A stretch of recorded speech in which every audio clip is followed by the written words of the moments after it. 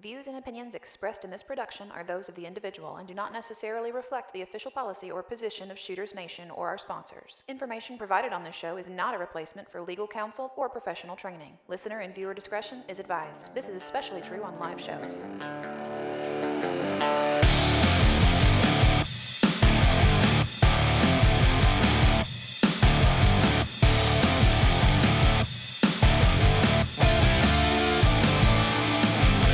Welcome to the Shooters Nation podcast, the show created for you, the armed citizen.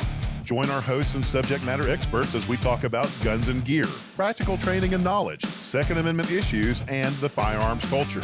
Be sure to join us after the show at shootersnation.com and become part of the Shooters Nation.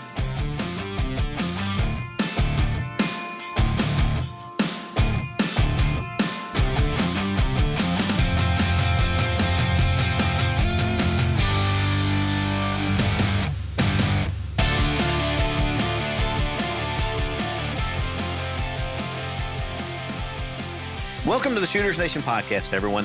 What is the Shooters Nation? You are. That's right, you are the Shooters Nation. This is the only talk show on the internet that was designed specifically from the ground up for you, the everyday armed American citizen. So if you like what you're hearing on the show, we hope you'll support us. You can do that in several ways. First, subscribe to us on whichever app or channel you use to listen to the podcast. As silly as it may sound, the more subscribers we have, the more subscribers we get. Second, you can help us out by becoming a patron at patreon.com/shootersnation. And third, you can partner with us on our mission to make good people safer and better prepared for the worst scenarios by spreading the word about the show and sharing us with your friends. Last but not least, we hope that you'll connect with us after the show. The hub for all things Shooters Nation is shootersnation.com. That's where you'll find links to all of our social media and the full catalog of our shows, complete with supplemental information. My name is David Yancey, and I'm your host. Now, the discussion you're about to listen to is part one of a two-part series centered on the current state of affairs at the National Rifle Association. Unless you've been living under a rock the past few months, you know that the NRA is in some trouble. Now, this is different than the normal trouble that the NRA claims to be in whenever they want to raise some capital by appealing to the members to help them fight some sort of threat to the right to keep and bear arms. The NRA's current plight is actually a little more existential in nature, and it really came to a head in April this year at the NRA annual meetings, or NRAM, in Indianapolis. Now, it's been a total train wreck of treachery and accusations of internal treason for the past few months, and the whole world seems to be watching. The 2A community itself is divided on whether they want to see the NRA survive and come out of the fire like a phoenix rising from the ashes, stronger and better than ever, or if they just want to see it burnt to the ground so that a different organization can take its place and do a better job. Unfortunately, the anti-2A community is also gleefully watching, and the media, which normally reports news with some sort of bias, is for once content to just report the facts as they come out, because the facts are damning enough on their own, and they don't need any amplification. Yep, things really are that ugly within the NRA these days. Now, recently, a few of us sat down to talk about this whole debacle, and of course, we recorded the conversation for you, our listeners. The first half of the conversation focuses on the NRA's history, and that's what you're going to hear today. You might be surprised to learn that the NRA's history is honestly pretty checkered. The second half that you'll hear next episode focuses on what we think needs to happen for the good of the Second Amendment and the 2A community at large, and how you can help. Each of us, all of us, you included. Now, before we start listening to the first half, I want to emphasize that it is very necessary to understand that the bad news has to get out before we can start working towards the good. Think of this like a visit to your doctor. If you're at risk of death because of an illness, say cancer or heart condition or something terrible like that, and it could become terminal if left untreated, you'd want your doctor to tell you that, right? Sure, the news isn't good, and it sucks to hear it, but being willfully ignorant of the facts in a situation like that could be fatal. It could really kill you. You'd want the doctor to give you the bad news straight and quick so that you could work together with him to figure out a plan to put you back on a healthy track. And much the same way, we need to talk about the bad stuff with the NRA right now so that we can focus on a solution and understand the situation and then start working towards a healthier pro-2A organization. So with that in mind, let's get over to the conversation.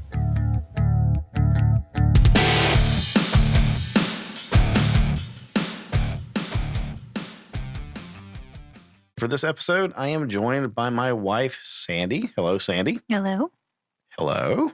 And I'm also joined by Jordan Linscheid. Welcome back, Jordan. Thanks, David. It's great to be back. It is great to have you back.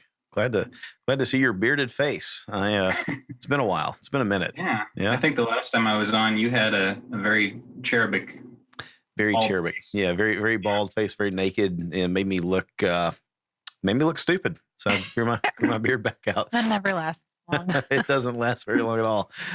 So the astute listener, the astute Shooters Nation enthusiast would notice now that where's Mark? And Mark is traveling, I believe. And I say I believe because Mark and we didn't record last week. We took the week off for the 4th of July holiday week. And so I don't know. Am I my brother's keeper? I don't know. Where is Mark? We kind of let him out of his cage. He's roaming. So anyway, Mark, we miss you. Sure, we'll have Mark back on the next episode. So this is going to be an interesting one, right? So frankly, folks, I kind of feel like this episode's overdue, and we're going to spend some time talking about the dumpster fire that the NRA has become. And we're going to just share our thoughts on the general state of things, as well as some recent developments in the NRA. So if you're a staunch supporter of the NRA, let me start this off by this. And Sandy, you actually had a comment before we started recording.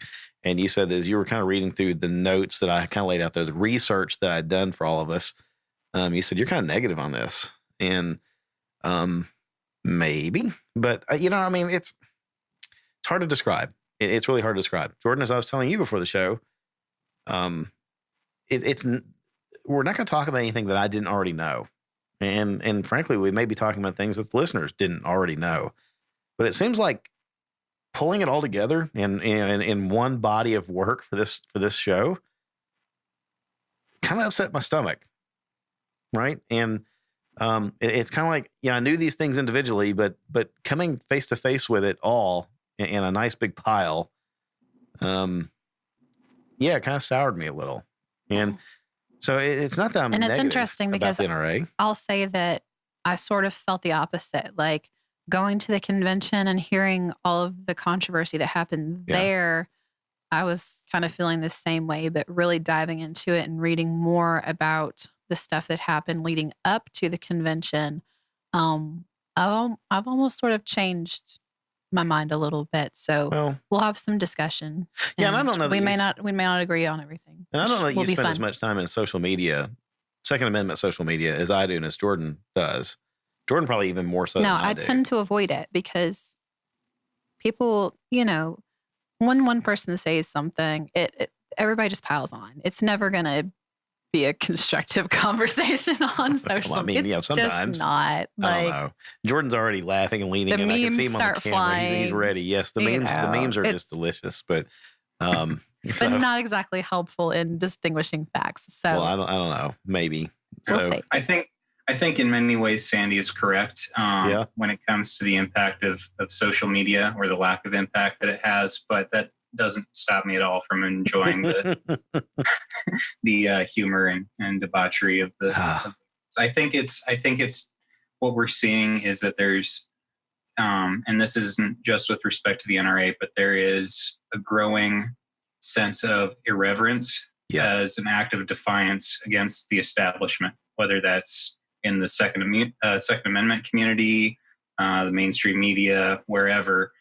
Since we, it's the response to oppression is mockery.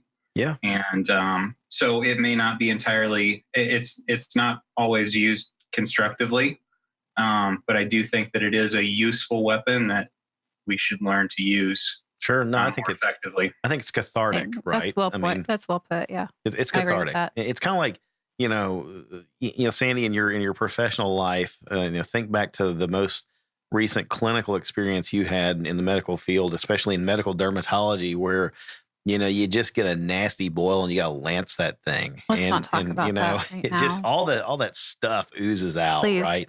But it's good. Ultimately, at the end of the day, it's good to get that out, right? So I feel like this is the boil on the ass of the Second Amendment. Oh God! And we're just going to lance that sucker tonight. So as long as it doesn't shoot across the room and hit me in the face, we'll be okay. No promises, none at all. Not that I'm speaking from personal experience. Well, okay. So okay. Morning sickness is returning. Let's carry on with the conversation. Very good. So a couple of things I do want to get out of the way before we get into this. First of all, if you're a staunch supporter of the NRA, we hope that you'll keep an open mind, or at least I hope you're going to keep an open mind as you listen and we walk through what's going on at kind of a high level. How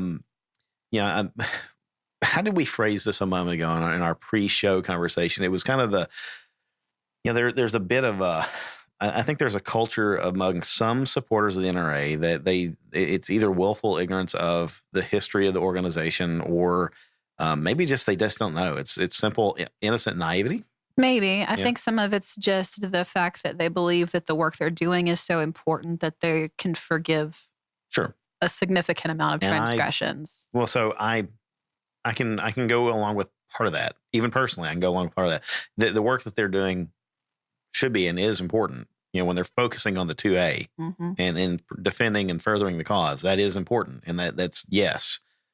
I'm tripping over the second part personally of just kind of forgiving and letting them, get off with a hall pass. And so the reason that I wanted to do this talk for this episode is because I think that we're at kind of a critical point here where the future of the organization, frankly, is in question with a lot of people. You have the 2020 elections, presidential elections coming up. Soon-ish. This fall we'll really start to see the campaign rhetoric start to heat up. And if you are a Trump supporter, you kind of need to stop and think. Last election cycle, Trump got a lot of support from the NRA, and this election cycle, the NRA is in a pretty perilous condition. So, and record-setting amounts of support from the NRA. Right, and so there's a faction or a side of the political equation. The left, the anti-Trump, the challengers of Trump, whether they're left or center, independents. They're kind of happy to see the NRA in this position, in this predicament, and that doesn't bode well for anybody, right? It's kind of the enemy of my enemy is my friend, and so they're kind of. I think you got some folks that are on the sidelines really rooting for the NRA not to rescue itself from this mess. Well, in particular, Bloomberg. Oh, yeah. Michael Bloomberg and his foundation are very excited and wanting to jump on the bandwagon. And there's even rumors, which I'm not qualified to comment on, of course, but that there may be some interest from Bloomberg in buying out whatever assets. And I don't know how legally that actually works with a nonprofit, but just with the NRA and its current financial straits, there's talk of like a hostile takeover. Wow. Something like that. So that's a scary thought. Yeah, I don't think that's anything really more than unsubstantiated rumors, but it is interesting considering that they're headquartered in New York State and have been getting beaten around by Bloomberg and the usual. Well, what's fascinating about that is just kind of a sideline thought is that this is the first time in my lifetime that I'm aware of that, Bloomberg-owned media or formerly Bloomberg-owned media is running a lot of really unbiased reporting on the NRA, and they're not having to spin it, right? I mean, they're just kind of telling the facts. Like, the NRA members are learning more about what's going on, the dirty laundry of what's going on inside the NRA from media organizations that previously would have spun it, and they don't have to. The NRA is doing a really good job. I tell you, the best article that I read in researching for this episode was on the Rolling Stone. Right. Yeah. Right. Yeah. It's kind of nuts. Right. So what world are we living in? So it's kind of like when I get on YouTube and pull up an RT video and there's a little disclaimer about it being funded in whole or part by the Russian government, and it's the content is less subversive than what's from CNN and MSNBC and everything. I'm like, what kind of upside down bizarro world are we in? This is nuts. Okay. So this is so tempting just to jump right over the cliff here and get into this. And we're going to, but before we get started, still, I want a couple things get out of the way. So this episode, I'm not sure if it's going to be one episode or two episodes. It may be one really long one. It could be two split in half. I have no idea yet. We'll figure that out after we record it. Depends on how long we talk. Right. Yeah. I mean, it really just depends on that. Secondly, I'm honestly not sure how much I'm going to censor in this because, normally I try to go for that PG rating in the show and I bleep things out. If my Tourette's kicks in and I start, sounding like a wounded pirate halfway through this, all bets may be off. So, I'll just say, folks, this is honestly material that, your young kids probably don't care anything about anyway. Save this one for when they're not in the car. Third thing. Don't listen to this one at the office. Yeah, don't listen to this one in the office, maybe. Third thing, and just a little bit of housekeeping. Last episode that we did, I shared with the audience, Sandy, a little bit about our personal situation, about, the pregnancy. I should listen to that. Yeah, you should. You should listen to that. I told them all about how you were leaving. No. Anyway, yeah, they're shocked to have you back on tonight. You're a villain at this point. So, without going into a whole lot of detail right now, and maybe we'll talk about this later, or Mark and I will next time he's on, things are going well. Yes. So, everybody's happy, healthy. Doctors are happy. Very sick. And very sick. You're very sick. Good way. Yeah. Yeah. So anyway, thumbs up. And also a little sick in a non-good way. So I'm a little froggy tonight. I apologize for that. Yeah. So that's get that out of the way. Cause I've had people actually, message and say, well, what's going on? Right. And so, yeah, sorry about that. I mean, when we did that episode, I wasn't thinking we were going to take a week off for the 4th of July. So kind of cliffhanger. Right. Yeah. We're doing well. Yeah. Doing well. And we appreciate your messages. It's very, very sweet. Yeah. Very much so. And so then I guess the final bit of housekeeping, we are definitely in the throes of summer. Schedules are crazy, a lot of extracurricular activities, travel going on, holiday going on. I'm doing a totally new thing at my job and it's sucking up a lot of time.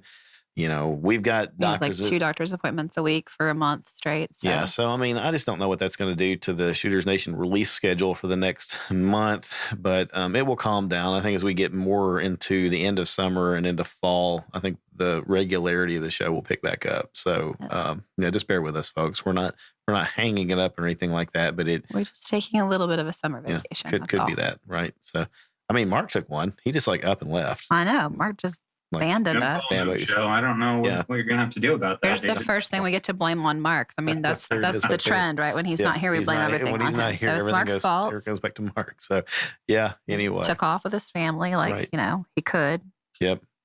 So I suppose the normal disclaimer that we had at the front of the episode, the canned recording, really definitely goes into effect with this episode. The thoughts and opinions expressed here are those of the individual. They don't represent any of the entities or organizations that we align ourselves with, and certainly are not the words of our employers or opinions of them or anything else like that. So anybody that gets a little upset about anything that's said tonight, take it up with me individually or Jordan or Sandy, nobody else. So there you go. Right. Hopefully everybody's grown up enough to realize that we also like freedom of speech around here. So absolutely. That's true. Okay. So the NRA, folks, I guess, it probably is worth a little bit of a history lesson. So I'll be the obnoxious douche that came to the table with a mountain of notes. And, you guys, Sandy, Jordan, just comment along as you want. And I'll just kind of go in. But I think a little bit of background maybe is good for the listener, especially if they think they know the NRA. Let me tell you a little bit about the NRA. So the National Rifle Association is based in Fairfax County, Virginia. It was founded in 1871, actually chartered in New York, right? So that's Jordan, you mentioned the ties to New York a second ago. That kind of goes back to that. And there's a key element of that coming up in our discussions of the current NRA too. Yeah, true. Okay. It's a 501c4 nonprofit organization. It began earnestly tracking and affecting legislation in the 1930s, along with its counterpart organization, the National Revolver Association. No kidding. That was really a thing. The National Revolver Association. That was new info for me. I had never heard that before. I had not heard that before either. So that was pretty interesting to see that. So it was, as I understand it, part and parcel of the NRA. So of the National Rifle Association. the National Revolver Association was the handgun side of it. So, and it's interesting because we had talked to some trainers at the convention this year that were sort of upset about some policy changes that they're implementing, where they felt like handgun training and everything was sort of getting, second banana status to rifle stuff. Maybe. So, right. I mean, that's kind of always been the thing. The folks that were more into self-defense and, the black rifles and black guns and things like that, as compared to brown guns, hunting rifles and things, have always kind of felt like they were disenfranchised or not represented as well. Yeah. So, but around the election, they sort of capitalized on those thoughts and feelings. And, right. We're sort of playing to that crowd. And now we're sort of feeling left out again. I think there's a theme there too. They tend to play to whichever crowd they think is going to support them the most moment. Mm-hmm. Yeah. So the NRA Institute for Legislative Action, or the NRA ILA, was founded in 1975. And so you're going to hear more about the NRA ILA as we talk about this, but that's the NRA's lobbying arm. And it manages the NRA's Political Action Committee, or PAC, which is known as the Political Victory Fund, or the PVF. The bump stock or Trump stocks debacle of 2018 was not the first time that the NRA failed to defend the right of the people to keep and bear arms without compromise. Shocker, right? Let me tell you a little bit about the NRA's interesting history. And Jordan, this is probably straight up your alley. So definitely feel free to jump in here, because I know that you've kind of tracked this stuff somewhat enthusiastically over time too. Glad you didn't say obsessively. Well, enthusiasly, right? So, yeah, I like that word. Enthusiasm sounds good. So, and honestly, for good reason, right? Because I think that the message that I want to get there, about that with you is that, oh my God, it's not Jordan is just so anti-NRA. It's not Jordan. I mean, you kind of like to make informed decisions, and that's the purpose of this, I think, for the listener. Absolutely. I don't intend for this to be. You're more familiar with my opinions than the listeners, of course. But I tend to try to be metered, and I don't intend for this recording to be just a bashing session, because I do actually want to see constructive change come. And my perspective on matters like this is not related just to the NRA, but it's actually more impacted by my involvement in politics, especially growing up and being active in the state of Iowa. So my enthusiasm, passion about seeing corruption within political organizations stems back to my pre-teenage years and involves far more than just the National Rifle Association, if that makes sense. And so, I mean, correct me if I'm wrong, but when you talk about that and seeing the corruption exposed, I think knowing you want to see it exposed so that it can be gotten rid of, so that absolutely, so it can be dealt with. And it's because you care about the issues and you care about the missions of these organizations, and you want to see them healthy and successful. Absolutely. And so I think that, there's been a lot of accusation on social media back and forth. Staunch supporters of the NRA, they just kind of want the NRA left alone and people quit picking on them. But the problem is these latent, hidden, piles of dirty laundry are going to be exposed by someone sooner or later. And I feel like it's best exposed by and handled by the organization and its members than being exposed and capitalized upon by the people that would love to see the Second Amendment go by the wayside. Mm-hmm. David, something that's that I think about when we're speaking on, let's see, I don't know, not exactly an analogy, but something that surprised me as a young man was when my parents bought 28 acres and built a house and put the land into the Conservation Reserve Program. They didn't intend to farm it. They wanted to, keep it as a nice range food plot for pheasants and other animals. And something that was kind of impressive to me was the regular burns that we did. And we wouldn't do the entire field at once, but, kind of break it up into plots and do half of it one year and the other half the next year, roughly. And it's one of those things, just like out in California, right? All the wildfires that we're seeing as a result of the lack of It's something my dad had to explain to me. I see where you're going with this. Yeah. You actually have to do, like, it's going to burn at some point. We need to do controlled burns, and it's actually good. So it's like, well, how can burning off your field help improve the health of, the soil, the vegetation? Like, how can that give you a better field? It seems destructive. It seems like a destructive act, but it's really necessary. It's a cleansing act. And exactly, it's a cleansing act, and it provides a good foundation. And like you said, it's going to happen at some point. So it's better to, when there's, corruption, pollution, however you want to phrase it, it's going to, like, the forest is going to burn at some point, right? Like that, the dead brush needs to be cleared. And if you aren't maintaining it, it's going to be, when it happens, it'll be out of your control. Yeah. So I think that's a good framework for looking at, whether it's organizations or politicians. If you're not holding them accountable, if there's no cleansing, purifying, however you want to phrase it, action taken, you're really just setting them up for a gigantic, bigger fall. Yeah, absolutely. Yeah. So, folks, here's some history for you. If you're kind of on the fence of, whether or not you believe that the NRA is this vaunted pillar of pro Second Amendment goodness, the bastion of liberty and freedom. Well, let's take a look back at what it was and what it became, so that we can understand what we want to avoid it returning to again. And so, the NRA honestly has lobbied for gun control and co-authored gun control legislation for much of the 20th century. So in the 1920s, the National Revolver Association, the arm of the NRA responsible for handgun training, proposed regulations later adopted by 9 states requiring a permit to carry a concealed weapon, 5 years additional prison time if the gun was used in a crime, a ban on gun sales to non-citizens, a 1-day waiting period between the purchase and receipt of a gun, and that records of gun sales should be made available to the police. So, right there in the 1920s, the National Revolver Association, the NRA's wheel gun arm, if you will, proposed a lot of things that people nowadays look at it and say, all gun laws are unconstitutional. The concept of requiring a permit to carry a concealed. If you're a proponent of constitutional carry, guess what? In the 1920s, the NRA thought you could go pound sand.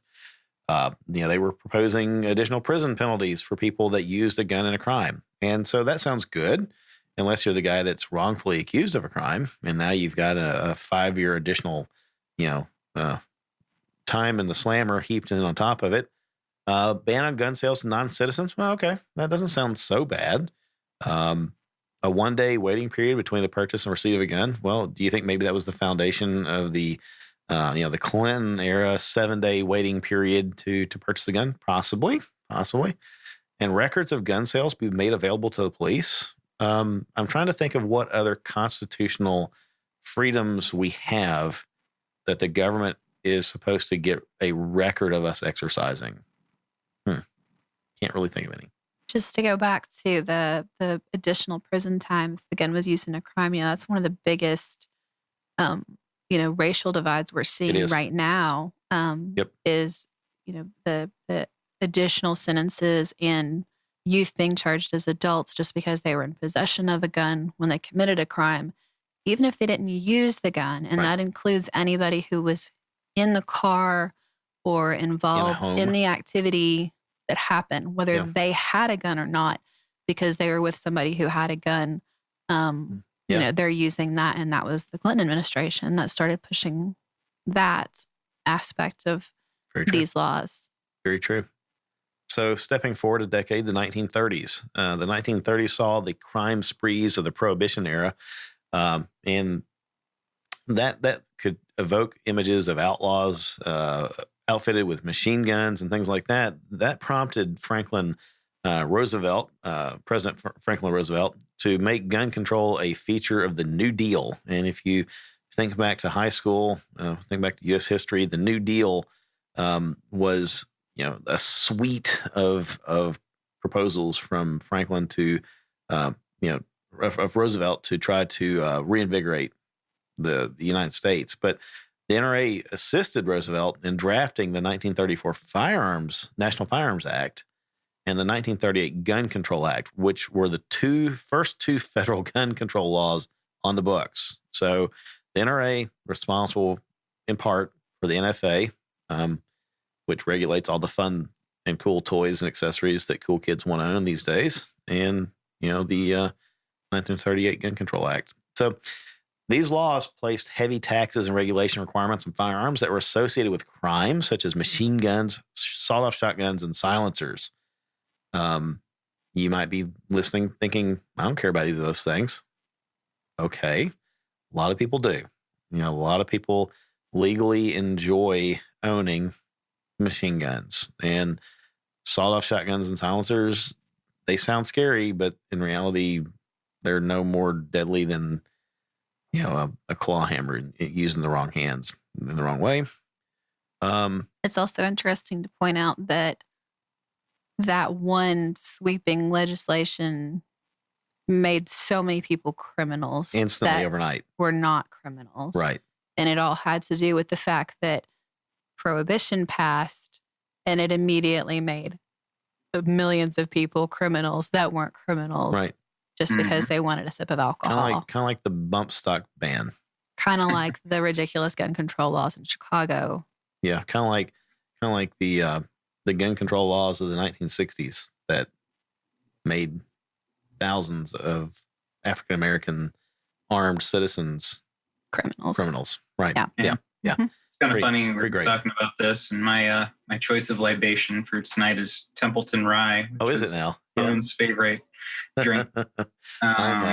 Yeah, he served to his guests, and you're absolutely right. It's interesting to consider how the NFA was really a targeted piece of legislation. I just had a conversation with a friend of mine recently she's been teaching abroad in the UAE for the past year, right. and just messaged me, and she was, on a trap shooting team in her high school, and messaged me and said, grew up in a family, participated in lots of hunts. She said, so what's the deal with bump stocks? Like what's all this, about? Like, I just don't understand why people would want them. And instead of just saying, this is what they are, I said, well, here's the history of the NFA and why machine guns and suppressors and short-barreled rifles and it went from a conversation about, well, why would anyone want this, to, well, that makes absolutely no sense. Where did these classifications come from? Right. And why were they lumped into an economic stimulus package? Right. Exactly. Yeah. And so it was just kind of, it's a conversation that's not easy and quick to have because it's so convoluted, and you have to go back almost 100 years at this point to explain why. But it's so interesting to consider that the classifications that we have for pistol, rifle, any other weapon, firearm, they really, it's a way of using regulatory, theoretical taxation and regulatory powers to classify people as criminals. Yeah. And exercise control over them in a targeted fashion. And it's just interesting to consider the absurdity really becomes exposed once you see technology advancing and changing, circumventing, if you will, the silly regulations and just exposing them for how absurd they are. Yeah. I mean, you go back to that time period, you have to think about what was going on in Prohibition, and, you had not very good security on banks and a lot of cash floating around because it was cash society. And they were unable to put a lot of these major criminals and criminal families, like in Chicago and New York, in jail because they got off, hiding their crimes.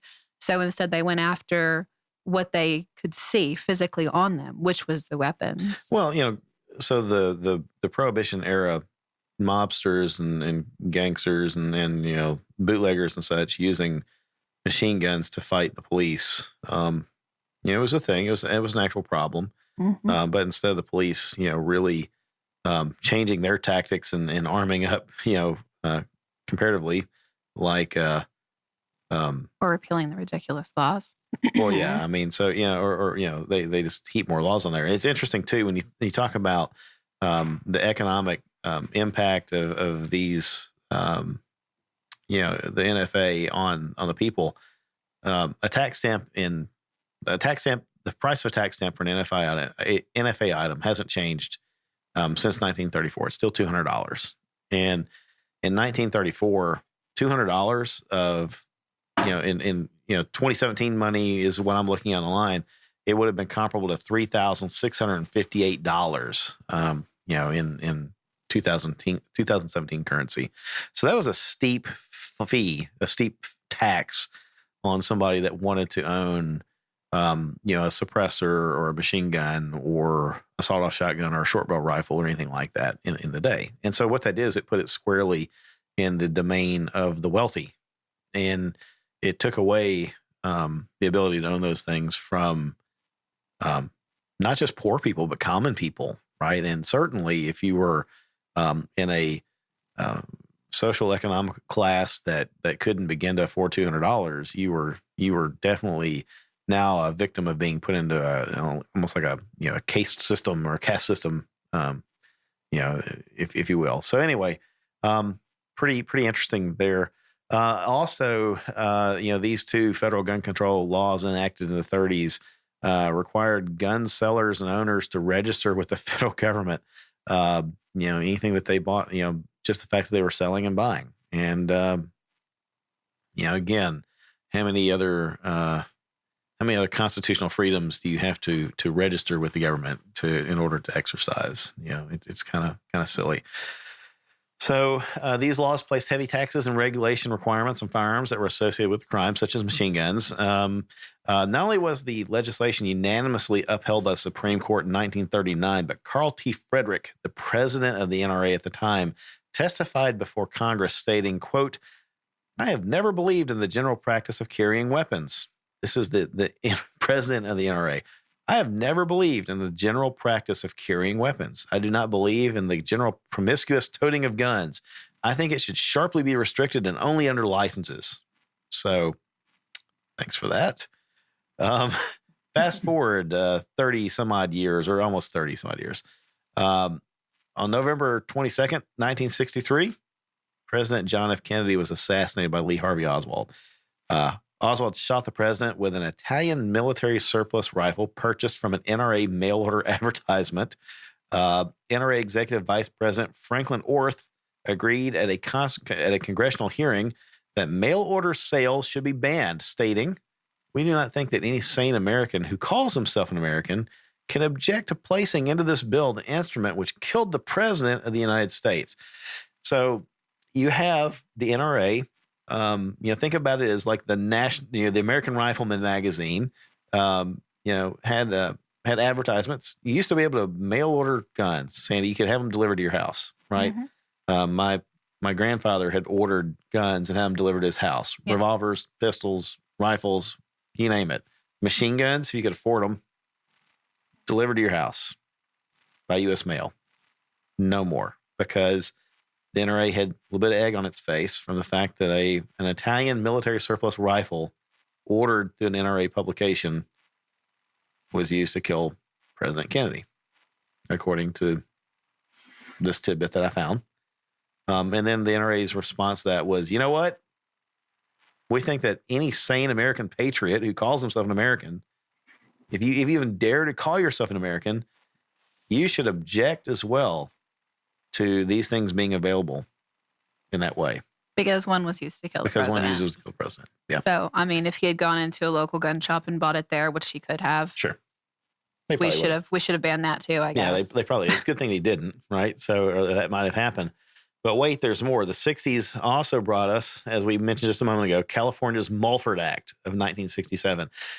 The Mulford Act banned carrying loaded weapons in public in response to the Black Panther Party's impromptu march on the state capitol to protest gun control legislation on May 2nd of 1967. So the Black Panthers essentially were the first to say, if we don't take up arms, then they will take away the freedoms to even do that. And then Governor Ronald Reagan, future president of the United States, his government in California passed the Mulford Act and banned carrying loaded weapons in public, and that's been in place since then, squarely aimed at Black people, controlling minorities. Yeah, minorities carrying guns, right? Later in '67, you had the riots, the summer riots of '67, and the assassinations of Martin Luther King Jr. and, of course, Robert F. Kennedy. Those two acts prompted Congress to reenact a version of the FDR-era gun control laws as the Gun Control Act of 1968. And so here's what's interesting about that one. The Gun Control Act of 68 updated the law to include minimum age and serial number requirements for firearms and extended the gun ban to include the mentally ill and drug addicts. Okay, so mentally ill and drug addicts, everybody can go, well, okay, that makes sense. We don't want those people having guns, really. It mentally ill. So that's kind of hard to diagnose. You can be diagnosed as mentally ill against your will. You can be diagnosed as mentally ill because somebody didn't like you or the things that you were saying or didn't agree with you or thought, you're just a little off your rocker. But, now you're banned from having a gun. And drug addicts, not even sure what that means. Obviously, we think we know what it means, but it could mean kind of the same thing.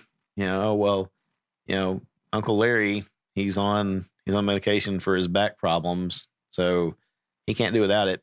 He's now a drug addict, should own a gun. Or he has a 6-pack before bed every night. 6-pack before bed every night. He's enjoying a glass of Michter's American unblended whiskey the way that I am right now, and that makes him a drug addict. But these are the things that even come up recently in red flag laws. In addition, it restricted the shipping of guns across state lines to collectors and federally licensed dealers, and certain types of bullets could only purchase with a show of ID. So no more shipping guns across state lines. If you've ever, let's say you live in eastern Tennessee and you're butting up against, North Carolina, and you want to just drive across the state line and take advantage of that sale at the gun shop across the state. Nope. Now you have to transfer it. So this is where that started. Purchasing certain types of bullets with a show of ID. I couldn't find any data exactly on what that meant. Yeah, it seems like pointless, I guess. But, I don't know. So it also, the Gun Control Act of 68, so the NRA they did do one good thing here. They blocked the most stringent part of the legislation, which mandated a national registry of all guns and a license for all gun carriers. So, yay, NRA, for coming through in the final inning there. They blocked a mandated national registry of all guns, even though previously they had said that, people that purchase firearms and the people that were engaged in the selling of firearms, that should be reported to the police. So anyway, also the NRA endorsed the original Nix Act, moving further into the modern era, which is the Brady Bill. And they did that arm in arm with Chuck Schumer, Dianne Feinstein, and Ted Kennedy, Sarah Brady. So if you are old enough to have lived through the Brady Bill era, the NRA endorsed that. And that was in response to the Reagan, shooting, correct? the shooting of Ronald Reagan and shooting. And Brady. So, so it wasn't really until the early 1970s, that a call to the Second Amendment and individuals' right to bear arms became part of the NRA's narrative, and that caused a divide in the group. And so, in 1975. Gentleman by the name of Harlan B. Carter was brought on as part of the lobbying arm, the ILA. Carter was a Texan and a former U.S. Border Patrol officer, an accomplished shooter from what I saw. He believed deeply in expanding gun owners' rights, so he was kind of at odds with the leadership of the NRA up to that point. Really what was happening here was the NRA was wanting to move, from the East Coast to Colorado, and become more of a sporting hunting organization and getting, distancing itself from, legislative issues and, firearms as use for defensive and protective tools. And so you had the schism forming. The NRA actually fired Carter in 1976, but in May of 1977, he and a group of like-minded employees who had also been let go by the NRA hijacked the annual meeting and reconfigured the agenda, which is really kind of interesting when you start to think about parallels between what's happened. Sounds familiar, doesn't it? Here, Sounds like they were a little more successful, but yeah. So can I just say before we move on to current stuff that it's amazing how many gun control laws were passed because of specific acts of individuals, and that's still ringing true today. Sure. But yet in any other area besides firearms, everybody is obviously pointing out the fact that there's frivolous lawsuits and there's ridiculous laws all across the country because of stupid, one thing, like every coffee cup in America has to be labeled hot because some idiot dropped coffee in her lap. And we can all look at that and laugh and say, that's stupid. One person was dumb. Very frivolous, right? But let's not change federal law. But here it's like, one person did something stupid. Let's change the entire law. Well, let's think about something that actually costs human life. Drunk driving. Okay. Automobile manufacturers are not punished and penalized and regulated to the extent that firearms manufacturers are. Alcohol manufacturers are not. No, right? I mean, they're not held accountable in the same way. It's very interesting to note that all this legislation comes about to, punishes the masses for the actions of a few, right? So, so anyway, back to this 1977 meeting in Cincinnati, where the NRA started to see a kind of a coup d'etat, right? Basically, what happened there was reading from an online source here, and I'll quote this in our show notes and in the podcast notes. It says, quote, because of the political direction the NRA was taking, they weren't being invited to parties and their wives were not happy, says Jeff Knox. And basically saying that, moving the NRA out of the Beltway and to Colorado was taking the NRA bigwigs and the deep pockets and, shoving them to Colorado as well. And as a result of that, they weren't going to all the banquets and dances and parties and stuff like that in the Beltway. Right. And so, the Richie Riches involved in it weren't happy, and their wives weren't happy because they weren't going to these parties. And and that's important because they're the big donors. They are the big donors, right? So this gentleman, Jeff Knox, his dad was involved in the NRA at that point. He was actually part of. I think he was involved in the ILA. Am I misstating that? I need to go back and look again. I feel like I should have noted that better. So you're the one reading the source here, not me. Yeah, I know. I'm kind of like all over the place here with this, and it seems like basically. So, yeah. I'm not sure if I'm gonna edit or if I'm just gonna own the fact that I'm like having a complete senior moment here myself. But so anyway, this is known as the Revolt in Cincinnati. Okay, so in May of 77, you have the NRA's annual meeting of the day occurring, and you had a group of rebels, the folks that wanted to see their NRA return to its mission of defending the Second Amendment, supposedly its mission of defending the Second Amendment. They came in and they basically took over, and so they worked the crowd. They came in armed with knowledge of the bylaws and the governing tenets of the NRA and used them against the old guard, if you will, to overhaul the whole thing. And so reading through this, this went on all day and all night.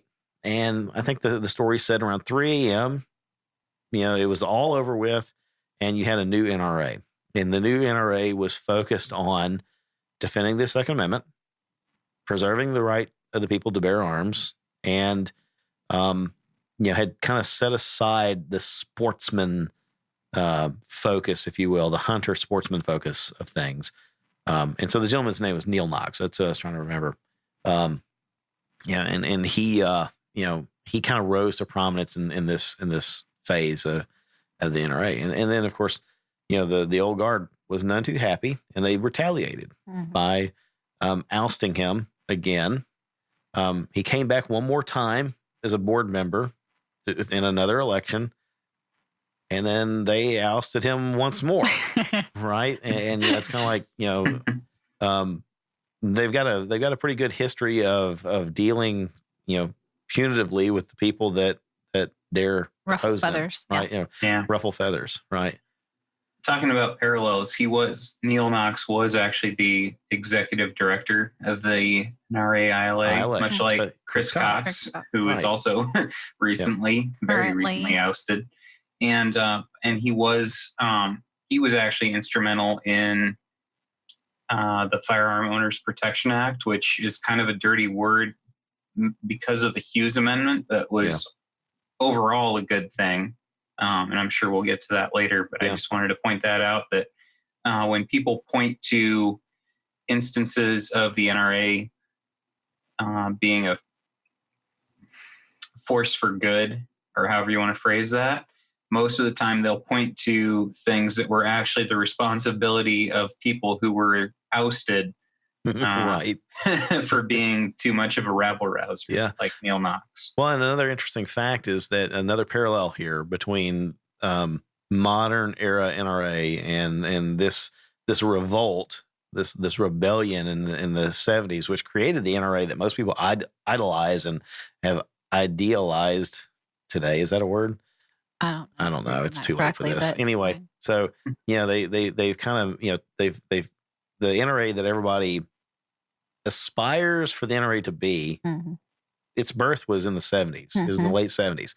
So Harlan Carter, former U.S. Border Patrol chief, president of the NRA at the time, when Neil Knox was the executive director of the NRA ILA. And they were actually really good friends, according to the article, until things started to unravel. Much like Wayne LaPierre, current president or current executive CEO of the NRA, and Chris Cox, executive director, former now executive director of the NRA. Is he officially ousted? Because what I saw said he was like on leave. No, I believe he's resigned at this point. He quit. Yeah. He was suspended and then subsequently resigned. Screw it. Yes. Okay. Yeah. So, all this stuff, it's kind of like, if you're a poor student of history, you're damned to repeat it, right? So it's kind of like what we're going through again here. So although some of these things need to be repeated, we just need to focus on the right history. Yeah. So all this, leading up to this point is really just kind of set the stage for where we are now to allow the listener to see some parallels, to hopefully allow the listener to see that this organization has been troubled throughout its history. We've had some good eras and we've had some bad eras. But where we are today, here we are. So 2019, April 25th, the NRA annual meetings in Indianapolis, Indiana. We were there, Sandy. Rife with drama. Okay. There was an attempt made to oust Wayne LaPierre, ostensibly orchestrated by the NRA's own hired PR firm, Ackerman McQueen. Then NRA President Ollie North.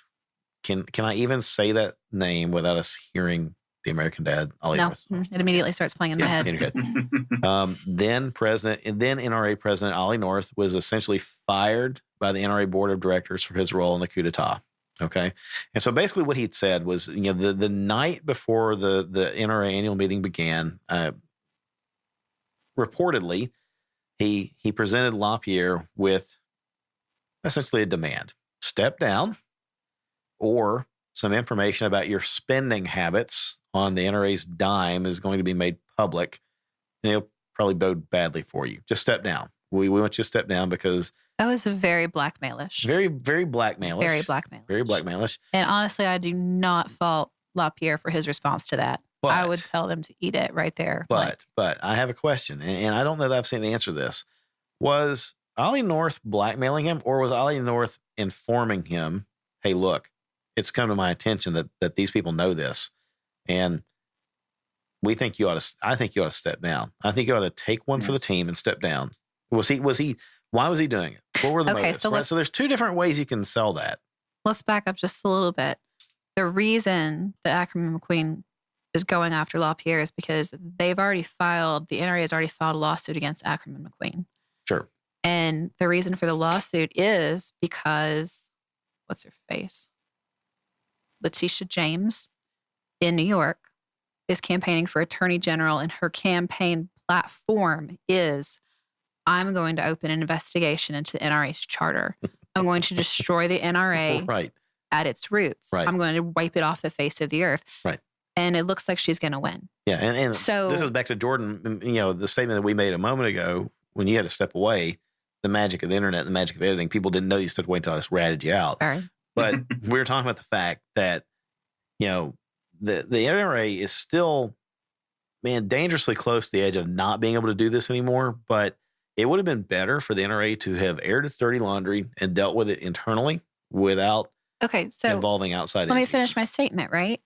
The reason that they filed this lawsuit against Ackerman McQueen is because LaPierre was doing an internal audit because he knew that this was coming. And he said, I want to know what's going on in our organization before they do. So I want to sort it all out. I want to know what's going on. I want to clean it up and do as much damage control as we can before this chick gets elected and starts going after us. So he goes to Ackerman McQueen, who they've paid $40 million in the last year for their services. And Ackerman McQueen refuses to hand over their financials. But so I hear what you're saying, but that kind of suggests that LaPierre was ignorant to his own spending habits. But the deal with Ollie North is not just the president of the NRA. He's also an employee of Ackerman McQueen, producing a television show for NRA TV, which is why they're soaking up all this money from the NRA, only they haven't actually made the show they promised. So Ollie North has made hundreds of thousands of dollars. We still don't actually know how much he got paid because they won't even disclose his salary. And that's part of the lawsuit. So the NRA files a lawsuit against ACMAC to find out where the heck all their money went, including how much of it went back to Ollie North, their own president, because they don't know. Right. And then ACMAC turns around and uses Ollie North to try and blackmail LaPierre to leave and drop the lawsuit. Okay. That smells like crap to me. Right. So not on LaPierre's side. Agree. But because Ollie North was making bank, he wouldn't have left his cushy little position on Fox News. Well, no. Without a heavy paycheck. Anybody that ACMAC hired for the NRA account was making bank. Yeah. They were all riding the gravy train. Absolutely. And they were riding the gravy train of the 2016 election when money was pouring in. Sure. And they were riding high. But then the very next year, of course, great, we elected our guy. We're not worried about our gun rights anymore. Donations start to drop off. And now they're going. Now they turn on each other. Okay, we're pouring all this money to you. What are we getting for it? We need to know. And they refuse to tell them. And you can't go into a situation where somebody is trying to wipe your company off the face of the earth and not know your own financials. So right. That's my opinion. Okay. I think something interesting to consider is just that I don't believe any of this would have come to light if Hillary Clinton was our president right now. I don't think there would be any discovery going on. I don't think there would be any lawsuits. I don't think Pete Brownell would have been brought on as president, and subsequently Oliver North. I think that would have resulted in donations flowing in at a greater rate than ever, and memberships, and we never would have learned, or it never would have become somewhat mainstream reporting about the corruption and the financial status of the NRA, or this, I should say, the financial spending habits of the employees of Ackerman McQueen and members of the NRA. Agreed. And to Sandy's point about, LaPierre supposedly saying, okay, hey, look, I want full insight in all these expenditures, and I want to know what's going on, and give me the rundown on it so that we can deal with this internally and fix it ourselves before these politicians get involved and start tearing our organization apart. Sounds wonderful. Sounds very altruistic. Sounds like here's a man taking charge and doing the right thing. The problem with that is, it's hard to be a hero for solving or preventing a problem that you helped cause, right? Absolutely. I mean, it's kind of, you can't have it both ways, right? So, one of the things that my company does is they send employees through a training class, and it's a series of models that kind of help you, understand basic business premises, and so one of the models is called the gun, and the gun, ironically enough, what it talks about is a Revolutionary War era sailor on a ship who neglects to properly lash down a cannon, right? And so in a storm, the cannon starts to roll back and forth, and doing significant damage on the deck of the ship. Could have easily sent the ship and all of its crew to the bottom of the ocean. But this sailor runs out, risks his own life, seizes the cannon, and manages to get it lashed down and saves the ship. In some people's view, he is a hero, right? So the captain of the ship, after the storm passes, recognizes him as being a hero for saving the ship, and then has him executed for the fact that he caused the problem to begin with, right? So it's kind of sort of, like I said, you can't have it both ways. You can't cause the problem and then or be part of the cause of the problem and then come back and be the hero. So LaPierre's extraordinarily expensive shopping trips and vacations, and then traveling on the NRA dime and things like that to areas of the world that didn't make any possible sense for NRA business. That's part of the largesse that we're talking about. The expenditures that are causing this problem to begin with, right? I think it's kind of interesting to consider, and I have Wayne LaPierre's note from April 25th to the members of the board. And it's just interesting. There's a paragraph. I won't read the entire portion, but he's speaking about Oliver North, and he says that, let's see, I'm trying to think how to phrase it. He says, delivered by a member of our board on behalf of his employer, Ackerman McQueen. Right. The exhortation was simple: resign, or there will be destructive allegations made against me and the NRA. Alarmed and disgusted, I refused the offer. This letter explains why. And it's like, well, there would have been no, you can say destructive allegations, and I understand this is a fight between lawyers and their lawyers, right? But these allegations wouldn't have existed if you weren't. They're not just destructive allegations, right? Yeah. This, you bear the responsibility for this. It's not as though Oliver North was saying, "Oh, Wayne has been photographed coming out of a hotel room with underage, women, lobbyists, whatever." Or it's not like he was accused of impropriety that there aren't financial records. Right. It's not as though the allegations. Those allegations wouldn't have existed without some impropriety. And in this case, here's the thing, though. Okay, so, we all know how big companies work. We all know they spend money. They all know they, God knows how much. I forget her name. The NRA TV chick, the lawyer chick. Dana Loesch. Can you imagine how much her wardrobe costs for the year? Yeah. Okay. I could probably. We all know this, but pay my mortgage with if that's your issue with LaPierre, then you deal with that internally. Sure. You don't blast that all over the media because you want him to drop a lawsuit that's founded against your company. So I think really, and also, hang on, don't cut me off. Angry Sandy now. So. Well, I don't know. Anyway, but also, forgot where I was going with that one. I've done my job. Okay. Shut up. I'll figure it out later. You were saying that it's not. Yeah, and you were saying that's kind of how large organizations operate. Yeah, and one of the biggest complaints in their financial indiscretions was how much they've spent on legal expenses, that their law firm costs too much. Are you kidding? Where are you going to find a law firm in the U.S. that will go to bat for the NRA? You expect them to be cheap? Like, come on. That's the stupidest claim. How much is the ILA spending on their, legal team expenses? No, I get How much it. is ACMAC spending on their legal expenses? That's stupid. Well, and everybody in the world knows it's stupid. To slog through this, how much are they spending on it? Millions more. So here's what I was going to say when I was interrupting you, though, was the problem here is ACMAC is airing dirty laundry about expenditures with LaPierre, et cetera, because they're guilty. Absolutely. Correct. Themselves. So it's kind of like, the analogy of the bucket full of crabs, right? You can throw crabs in a bucket and they could crawl over themselves and get up out of the bucket. And, then the first one out could start pulling the other crabs out to freedom. But they don't. They pull each other back down in, which is why crabs never escape from an open bucket. Mm-hmm.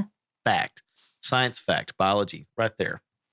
And that's the kind of behavior that we're seeing with ACMAC and the NRA. It's now a self-destructive cycle of mutually assured destruction. Yes. Right? Yeah, it's mutually that's what it is. Mad. So let me fast forward here because I want to keep going and I feel like I'm dwelling. So that was in April. In June 7th, 2019, NRA Board of Directors member, Lieutenant Colonel, retired Willis Lee. I'm assuming that's how you pronounce his first name, Willes. I've never spelled Willis that way in my life. Willis Lee lashes out at NRA members on Facebook for questioning him on what the NRA planned to do about President Trump's indication that suppressors might be the next thing he goes after, similar to bump stocks. Lee accuses NRA members who question him on this of being, quote unquote, trolls or quote unquote bots and of being, quote, butthurt snowflakes, all for asking him to represent their interests as members of the NRA and as gun owners, to do his friggin' job. Right. So he starts lashing out. Now you're starting to see, in my opinion, you're starting to see a pattern of behavior here. You have people that are, the ruling class in their minds of an organization that us peasants paying money into should just shut up and do as we're told and allow them to steer the ship. The problem is they're steering the ship, it seems like, towards the bank. So anyway, June 20th, 2019, NRA second in command and head of the NRA ILA, Chris Cox, we mentioned him earlier, was placed on administrative leave by the NRA,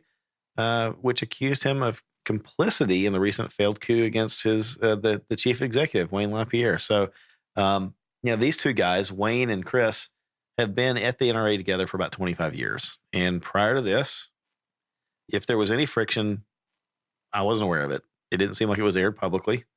But now they boot him, and the NRA ILA, I'll say, is probably one of the few good things that we were getting out of the NRA for, recent terms. And I wasn't always super impressed with them, but then they dump Chris Cox, and accuse him of complicity in that. And so they put him on administrative leave, and then he eventually resigned. So, and all this because of the lawsuit that was, being filed, and where things were starting to be aired. Right. So, June 28th, Rob Pincus, former guest of the show, subpoenaed to appear before legal representation of the NRA and testify on how he came into possession of what the NRA called, quote, leaked insider information during the April NRA annual meeting. So if you were at the NRA annual meetings, NRAM, earlier this year, if you were following social media about the NRAM, several people were talking a lot about the drama, about what was going on with LaPierre and about, Ollie and the board and ACMAC. And one of the people, who had a lot of followers on social media and still does, Rob, and he was sharing the same information that a lot of other people were sharing as well. The NRA picked at him and subpoenaed him to come meet with their lawyers and ACMAC lawyers and testify how he came into possession of that information. So the NRA's law firm conducted this interview with Rob while he was in the San Juan Mountains of Colorado, which I think is freaking awesome. Rob, that's just brilliant. At significant expense to the NRA, between $10,000 and $20,000 estimated expenditure. All of this to hear that Rob came into possession of the documents through no illegal or nefarious processes on his part. So, you know, on one hand, it's like, man, NRA, quit spending the money like this. And on the other hand, it's kind of like, well, hey, if we're going to watch the thing burn, good on Rob for, you know, making him jump through hoops to do it. So, I mean, deposition is just part of the process. There's a whole lot more people that are going to go through it than him. Yeah. And again, it's all because ACMAC didn't want to lose their gravy train. True. All right. You know, it's something else to consider is that Neil Knox, who we spoke about previously, had actually urged LaPierre decades ago to fire Ackerman McQueen and move to a different agency, but LaPierre refused to, and his wife was actually employed by them for quite a while. So would have been cheaper in the long run. Yeah, absolutely. I mean, they could have saved themselves a lot of trouble if they just diversified a little bit. I mean, they're a PR company, and basically they're the ones that created the NRA TV. If they had just hired a media company separately from their PR company to run that, it's not unusual to have a PR company do that kind of stuff for you, though. I mean, but you diversify so that you're not paying one person. You're like 90% of your expenditures for the year. True. So that you don't end up. Well, I mean, it's not. Like, I mean, is it any surprise though that we're talking about fiduciary corruption inside of the NRA at this point? I mean, yeah. I mean, a smart company move would have been to diversify, but it's not unusual to have, you know, a PR company do that for you. So fast forward a little bit further, July 2019, where we are right now, this past week, several NRA board members who have spoken out against the NRA's current state of affairs and who have represented the members' desires, us, the members of the NRA, to see the ship righted, have been relieved of their duties on various committees within the organization as ostensibly as retaliation for speaking up, doing the right thing. So board member Esther Schneider, board member Tim Knight, and board member and very popular and well-known prominent figure in the 2A community and in politics in general, Alan West, all relieved for speaking up, doing the right things. And there may have been more. I don't know. These are the three that I knew of off the top of my head. Yeah. So all of this is to say the current state of affairs in the NRA is a raging, pungent dumpster fire.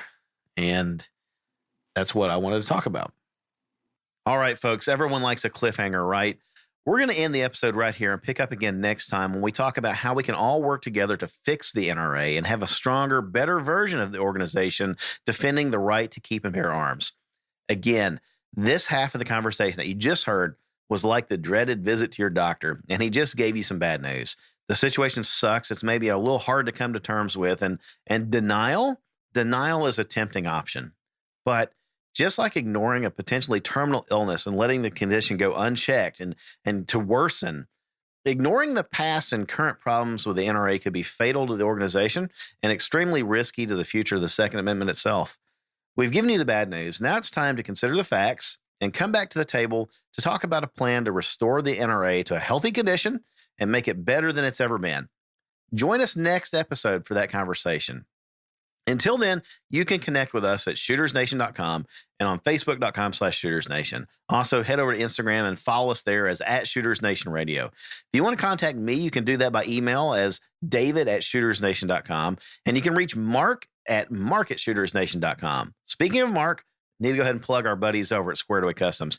If you're in the market for a new holster or other firearms gear, be sure to head over to squaredawaycustoms.com and check out what Mark and the gang have ready for you. Squared Away Customs manufactures custom Kydex holsters and other carry gear for civilians, law enforcement, and military. They're also now a Polymer 80 stocking dealer. That means they have Polymer 80 merchandise in stock, ready to go. And while you're there, use coupon code ShootersNation, all one word, ShootersNation, to save yourself some cash. That's it for this episode. We'll talk to you again in a week. And until then, if you can't be safe, be dangerous.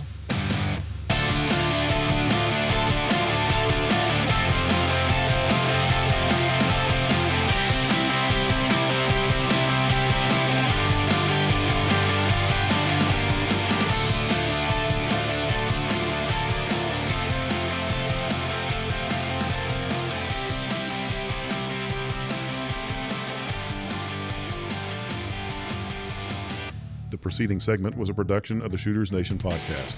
Visit us online at shootersnation.com.